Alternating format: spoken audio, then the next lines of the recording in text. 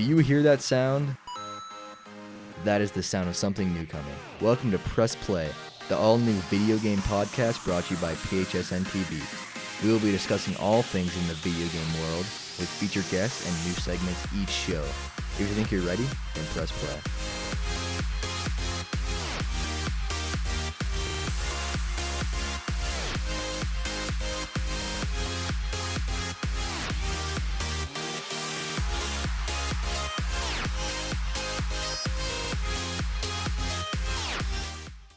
Welcome back to Press Play. This is episode 7. I'm your host, Joshua Peck. I'm joined by Hunter over here and Noah flying down at the computer. And today we decided to talk about some of the esports scene when it comes with like video games. And personally, like I love esports. Like it's way better than normal sports. Let's just get that out of the way. I can't argue. Obviously, with esports, you know, it can always like the meta always changes. Like when there's like they learned like a new trick to throw a basketball. Okay, just saying. Okay. You know? You can't say that outside this room. No, very controversial episode here, okay? We're taking some stands. Understandable. Alrighty.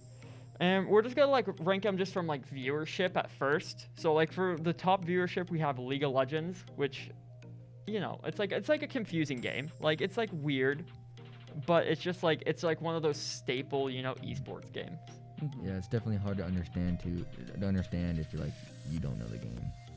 Yeah, it's not like the most user-friendly, but somehow it's the most like viewership, and I think it's just because like worldwide, like League of Legends is like probably the most popular game. Huh. You know? Yeah. And like and they have them like it's pretty decently big size pools. Like what the last 2019 Worlds was $1,250,000, and that was Team Dom 1 who won that, which is Dom 1. I don't know why I found that funny. Oh, I get it now. Okay. No, it wasn't. I think though I want to say that's a that's a Korean team. I'm pretty sure. Cool. No, and also like the scenes like I really like about that is like each competitor has like really their own personality. It's like I've watched like quite a bit of League of Legends, so I know. But like one popular one is like Faker, and he's known as like the best, like or at least like mechanically, like he's one of the best mid laners like in the world, like hands down, undoubtedly. And like he's like just done some like amazing like outplays like on like, you know, like when there's millions of dollars on the line, like just really like hard technical stuff. And so like he's like a really big thing, but like each like player, like if you like start to watch it, like they each have their own like certain individuality, and you can like see like what they're good at, like, and that's really cool about the league. I really like that. Alright, and then the next one off of viewership is CS:GO. Which this one I feel like it's a little bit more like, you know, friendly to get into. Like it's not like with League, like it's a whole like MOBA style, and like a lot of people that's really unfamiliar. But with like CS:GO, it's a lot more straightforward, and that was also like one of the first esports games I've watched. And what is it? And also what is it? The one thing about like CS:GO is like the teams are like, I don't know, it's like instead of like with League, like it feels almost like each player has a personality of its own, and like players get swapped between teams a lot.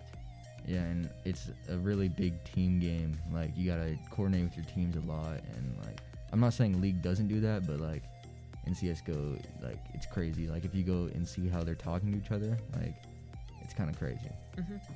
And yeah, that's what I was saying, because like we have like the Team Astralis, which is like known as like it's like the super team. That's like the powerhouse. That is like the best of the best team. They've won so much stuff. And what was it, just like the last the 2019 one, they won like $1 million off of the Berlin Major. So yeah, that's a super big like team, and it's like every it's kind of weird, you know. League is just like certain players, and then like CS:GO, it's like, you know, the team has its own dynamic, which I think is like really cool. All right. And then for the next one, this is the third one down. This is Dota 2, and it's another one like a MOBA one. I don't know too much about Dota 2 compared to League, but what is interesting is it's due to how like they like do the prize pools on Dota. Like what is it? It's like really high prize pools, even though the viewership isn't as high as like the other games. Can you explain to me exactly how prize pools work? Okay, yeah, so like basically like they each have like when I say prize pool, like that's not what the winning team gets, because like when you place, you get a little bit of the pot, you know. Okay. So like if you do like third, like you still get a little bit of the prize pool if it's like 1 million, but you don't like the grand prize isn't like that, you know. Okay. And what's really cool about Dota is how they do it is what is it? They do it off of the battle pass that you buy in game. So when you buy the battle pass, like you actually fund the prize pool, which is why they've had some like pretty crazy ones. Like let's see, it was like one of them was like $15 million, which is like way more than like the 1 million, you know, like the other sports are getting. I think that 15 was just like the top prize. I think it was like 30 for the prize pool. Oh really? Wow. Yeah. Which I think that's like a really, I wish other games did that where you could actually like contribute to the prize pool. Alright, and then our next one is like Overwatch, which and a lot of these that we're talking about, like usually like Astralis, that's European, and like Damwon, like that's like Korean. A lot of like the other like continents are like really good, but I feel like Overwatch North America is actually like really good in that one, in this like specific game. Because usually North America kind of slacks, you know, Yeah, not a very little good. bit, yeah. Yeah, I think the main NA games are like Overwatch and like Call of Duty. Yeah, that's where we're at. No, but like Overwatch, that's like a really cool one because again, it's like one of those very team-based games. You know, it's like very team-oriented. All right, and then this one's like a weird esports one. It's Hearthstone, which is just a card game, but it's like if you ever watch it, I don't know if you guys have, but it's like I don't even know what's going on, but it just looks really cool, and it's like.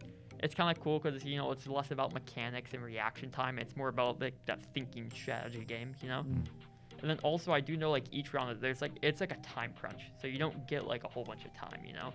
Like, you only get, like, so much time per round. So it kind of put pressure on them, which is, like, cool. All right.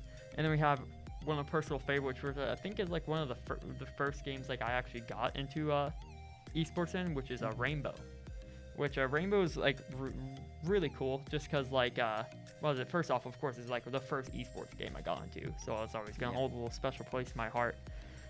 But always like, it's just like I don't know, it's like the same thing like with League. It's like each player has their own like personality, instead of like just like the team personality. And what they had was it Rainbow Six Siege, the internationals. They had like another like what I think it was like $1 million prize pool, which is pretty good, not Dota levels, but it's still pretty nice. Yeah, and what was it? I like this team name. Space Station Gaming won that one, and that was a 2021, yeah.